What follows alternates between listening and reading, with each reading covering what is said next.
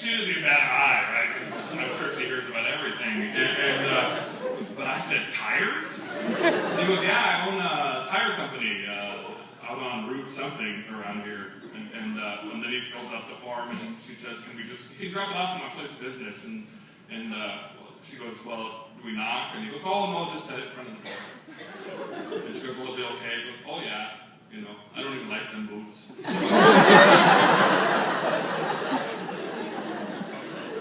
thinking this guy's white, but he's so Indian.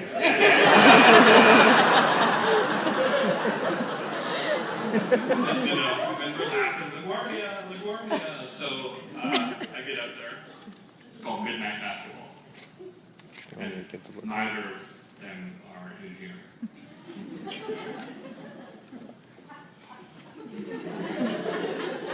By the way, have you seen Chris? He's growing a Mr. Mom giant beard right now. He looks like shit.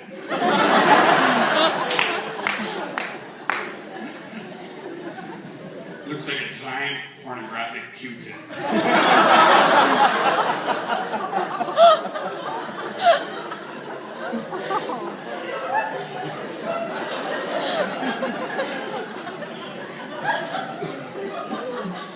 Are you tweeting in that right now? Sherman just said you look like a giant porno Q-tip. Did you get a visual on that one? So this is called Midnight Basketball. During a regular pickup game at St. Jerome University's outdoor court, Big Ed head faked once, twice, 3 times, despite the fact that nobody was guarding him, and wildly missed the 3-pointer. Come on, Ed, Joey said, stop shooting that crap. You're 0 for 10 tonight. I had a good look, Big Ed said. That was always his excuse. If he'd driven over a bicycle but missed the bicyclist, Big Ed would have said, I had a good look. Just move the ball, Joey said, and set a damn pick. On the next possession, Big Ed intercepted a pass meant for Joey, stole the ball from his teammate, and took a 3-on-1 fast break running jump shot that completely missed the rim and backboard. Hell, it missed the earth. My bad, Big Ed said. Joey howled and spun circles. 2 weeks earlier, at their favorite pub, Ed had confided to Joey that he'd been working on his jump shot. How's that? Joey asked. Well, it's no big changes, Ed said. I don't need big changes. You know, my shot, my form, it's pretty good as it is. I just need to make some minor adjustments. Yeah, that's exactly what you need, Ed. Minor adjustments. No, I mean, I've been studying Obama. Shit, no, not that again. Obama can't play ball. Yes, he can. He's got a quick first step. No, he doesn't. That's public relations bullshit. Well, no, he's got hots. No, don't bring up that fucking photo again, Ed. Ed loved that New York Times front page photograph of President Obama shooting a running jump shot over some short and skinny white dude who's probably a Vermont congressman or former 9th man on his high school basketball team. It's photographic evidence, Big Ed said. It could be used in a courtroom. Those aren't hops, Ed. He's got his legs tucked up and splayed out behind him like a frog. So it looks like he's high in the air, but it's an optical illusion. He's actually 3 inches off the ground. No, man, you can tell Obama's got style. He's got so much style, I'm just going to call him the Big O. No. You cannot call him the Big O. Oscar Robertson is the Big O.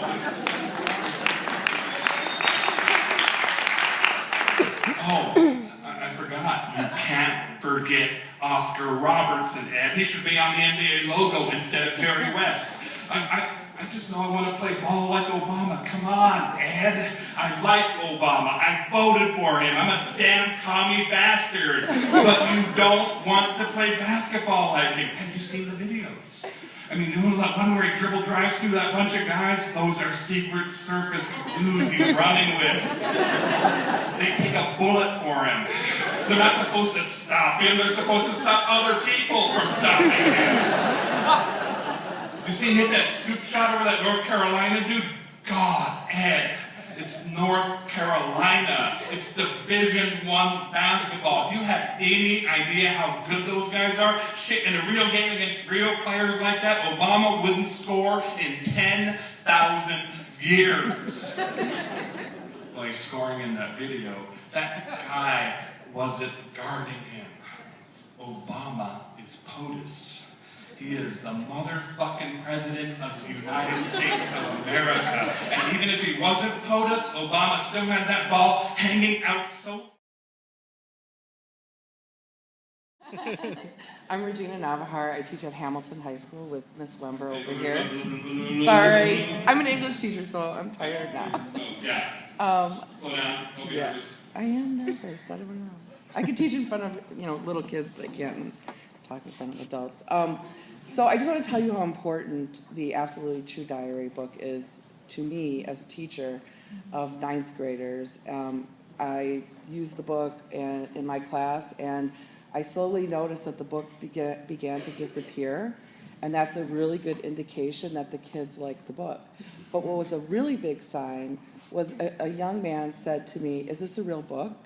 And I said, "What? It's a book." And he said, "No, is it a real book?" And then I began to understand that this was the first book he ever read in 9th grade. And it just kind of washed over me, and I took everything in my urban teacher heart to not cry in front of the class. But it was really powerful. And I think that as a writer, to know that your book is one of those books that kids steal, that to me is powerful. That is powerful.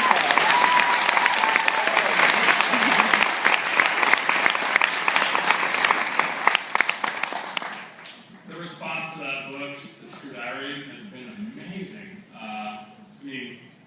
I thought it was going to be another book. I was happy, it was great, but the thing keeps on going and going, and I hear that kind of story all the time, and it's just beautiful. And I get letters almost every day from young folks who've read it and loved it.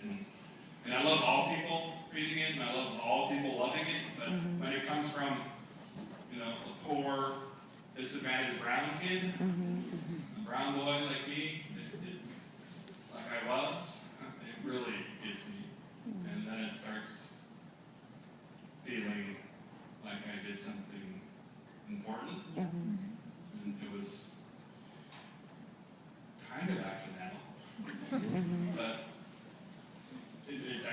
the so-called reluctant readers, when they get after that book, when they steal it, when they write me letters or they come to the readings, it's just amazing.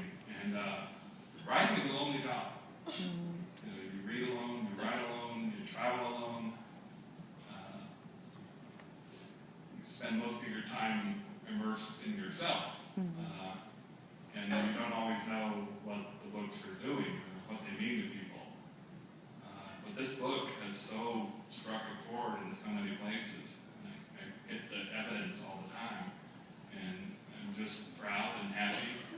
And it's gotten to a point where it doesn't even feel like it's mine anymore. It feels like I entered something into the collective unconscious. And that's about the best thing I could have ever hoped for from this career.